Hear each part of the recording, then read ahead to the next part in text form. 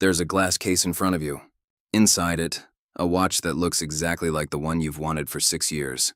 Same dial, same weight in the photos. A third of the price. The man behind the counter isn't selling watches. He's selling a decision. Your thumb is rubbing the edge of your phone, doing the math you've already done 4 times. Nobody would know. That's what you keep telling yourself. Nobody would know. We'll come back to that counter. But to understand why your hand is shaking over it, you have to go back to the first time a piece of metal on your wrist changed the way a room looked at you. You're 7 years old, and you don't have a word for what you're noticing. But you're noticing it. The kid whose dad picks him up in the newer car gets asked to more birthday parties. Nobody explains this to you. Nobody has to. Long before you can spell the word status, your brain is already building a silent list of who has more and who has less, and quietly deciding who's worth paying attention to. You don't remember learning this skill. That's the unsettling part. You were never taught to read people by what they carry. You just always could. 16 years old, $40, a birthday gift you didn't ask for. You put it on more out of obligation than desire. But something strange happens in the weeks after. You start checking it before your phone. You start showing up 4 minutes early to things you used to show up 4 minutes late to. Nobody told you to become this person. The watch just made lateness feel like something you'd have to explain, and explaining is worse than just being on time. Your friends notice before you do. You're never late anymore. You shrug. You don't mention the watch. You don't realize yet that the watch is the reason. You wear that same watch for years. It becomes invisible to you the way your own hands are invisible to you. Then you're 23, sitting across from someone at a bar with a piece on their wrist that costs more than your car, and you feel something you don't have a clean name for. Not jealousy exactly. Smaller than jealousy. Something closer to being quietly filed under a category you didn't choose.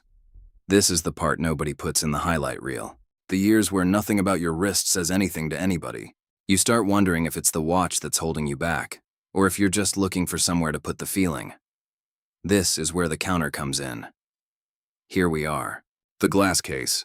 The look-alike. The seller is patient. He's done this 1,000 times. He knows the exact silence that comes right before someone says yes. You buy it. For 2 weeks, it works exactly the way you hoped. Compliments, second glances. A stranger at a coffee shop asks where you got it. And you answer too quickly, a little too rehearsed, and something in your chest tightens when you say the word gift instead of the truth. Nobody catches you. That's not the problem. The problem shows up later, in small places you don't expect. You catch yourself being harsher when a coworker cuts a corner. You catch yourself assuming the guy at the next table with the flashy car is compensating for something. The exact thought you used to hate when people aimed it at you. Wearing something you know isn't real doesn't just change what people think of you. It changes what you're willing to believe about everyone else. You carry the lie on your wrist and it quietly rewrites how generous you are towards strangers. You stop wearing it before anyone tells you to. 3 years later, you buy the real one. You save for it the boring way, the way nobody films for social media. And the day it arrives, you wear it into the world expecting the room to shift. It doesn't. A waiter clears your plate without a glance at your wrist. A stranger on the train sits next to you and never once looks down. You spend a week disoriented by how little anyone seems to notice the thing you saved 2 years for. Then it happens once, at a wedding, when an older man at your table leans in and says 4 words that land like a verdict. Nice piece. Good choice. He's the only person all night who actually knew what he was looking at. That's when it clicks. The watch was never a broadcast. It was a frequency. Most people don't have the receiver. The ones who do hear it instantly. The ones who don't will never hear it no matter how loud you turn it up. You start noticing the people who do have the receiver, and they don't look the way you expected. The wealthiest man you know wears something scratched, faded at the clasp, the kind of worn that only happens after decades on one wrist. You ask him about it once. He tells you it was his father's. He's never once mentioned what it's worth. You realize the newer, shinier version of the same watch would have said something completely different in that room. Brand new says, I can afford this today. Worn in says, this was never a purchase. It was always mine. Nobody taught you this rule and you never would have guessed it. The people who actually have nothing to prove are the ones who let their things look like they've stopped trying to prove anything. You stop buying things that look expensive. You start buying things that are allowed to look old. Somewhere in here you notice something else. Something colder than respect. People don't just warm up to you now. They watch you more closely. A guy at a networking event who barely made eye contact with you a year ago now studies your face while you talk, like he's checking your math. A stranger's guard goes up half a second faster than it used to. You realize being seen as more doesn't just open doors. It puts you under a light. People don't relax around a signal. They calculate around it.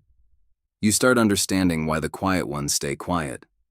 Years later, someone new joins the family, and one afternoon you find yourself handing them a small box without much ceremony. Inside is the real one, not the flashiest thing you own by then, not even close, but the one that means something. They ask if it's expensive. You tell them that's not really the question worth asking. You think about the counter again, the fake one, the 2 weeks it took to teach you exactly what you never wanted to become. You think about the 4 words from the man at the wedding who was the only one who ever really looked. You think about the years nobody noticed anything at all, and how those years mattered just as much as the one moment someone did. The watch was never about the wrist. It was about who was paying enough attention to see it, and who you had to become before you stopped needing them to. Somewhere right now, someone is standing in front of a glass case doing the same math you did, thumb on the edge of their phone, telling themselves nobody would know.